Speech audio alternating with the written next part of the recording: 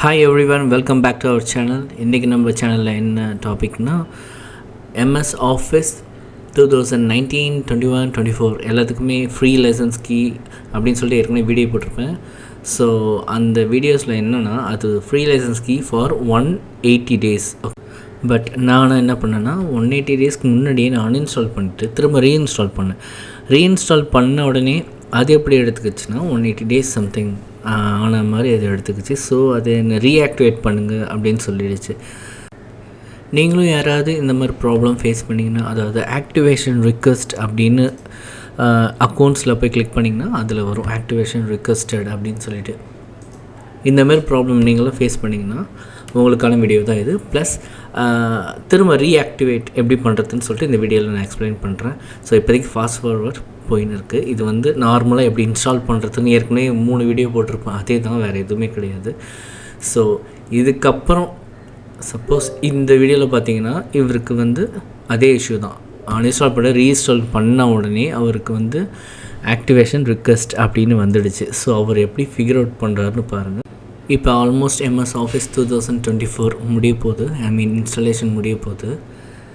So almost முடிகிற stage, இப்போ start ஆகிடுச்சு, இது முடிஞ்சிடுச்சு. ஸோ ஓகே, க்ளோஸ் பண்ணிட்டாங்க, எக்ஸிட் பண்ணிட்டாங்க, எல்லாத்தையும் ஆஸ் யூஷுவல் டெலீட் பண்ணிவிட்டு இப்போ உள்ளே போய் செக் பண்ணுறோம். விண்டோஸ் கிளிக் பண்ணிவிட்டு அக்கௌண்ட்ஸ் தான் பாருங்கள். கிளிக் பண்ண உடனே அது என்ன காட்டுதுன்னு ஆக்டிவேஷன் ரிக்வெஸ்ட் அப்படின்னு வந்துடுச்சா. ஸோ திரும்ப வந்து புதுசாக ப்ராடக்ட் கீ வாங்கி போட்டு ஆக்டிவேட் பண்ணுற மாதிரி அது.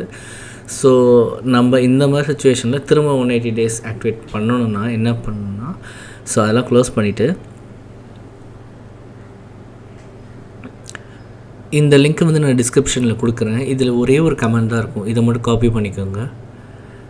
எல்லாம் அந்த கமெண்டே தனியாக டைப் பண்ணி நான் டிஸ்கிரிப்ஷனில் வைக்கிறேன், அதை மட்டும் காப்பி பண்ணால் போதும். இப்போ சர்ச்சில் நீங்கள் விண்டோஸ்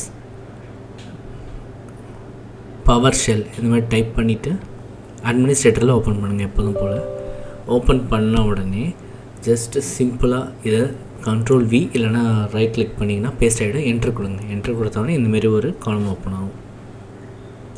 இதில் பார்த்தீங்கன்னா உங்கள் Windows permanent activate office permanent இதில் லாஸ்ட்டாக இருக்குது பாருங்களேன், ஆன்லைன் KMS Windows/Office 180 days. இதுதான் நம்மளுக்கு ஆக்சுவலாக இது ஆக்டிவ் ஆன மாதிரி இருக்குது, பட் இன்னும் ஆகலை. திரும்ப ரீஆக்டிவேட் பண்ணணும்னா நம்பர் 4 இருக்குது பார்த்திங்களா, அதை அழுத்தினோடனே ரெண்டாவது இந்த பேஜ் ஓப்பன் ஆகும். இதில் வந்து நம்ம திரும்ப 4 அழுத்தினா எல்லாமே சேர்த்து ஆக்டிவ் ஆகும்.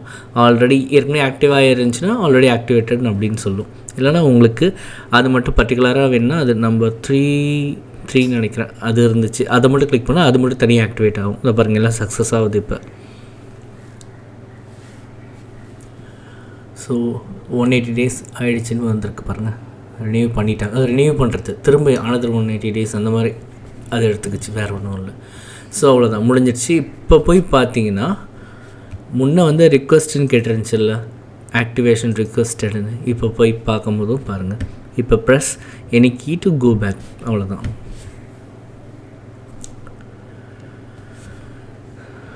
இப்போ வந்து ஸ்டேட்டஸ் செக் பண்ணோன்னா கீழே இருக்குது பாருங்கள்.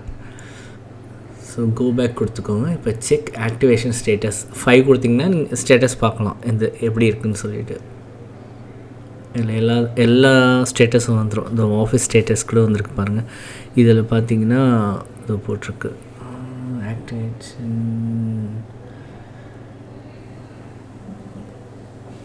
என்றைக்கு எக்ஸ்பைர்ட் ஆகும்னு சொல்லிட்டு இங்கே போட்டிருக்கு. ஓகேவா? ஸோ நீங்கள் எக்ஸிட் பண்ணிட்டு வெளியே வந்துடலாம்.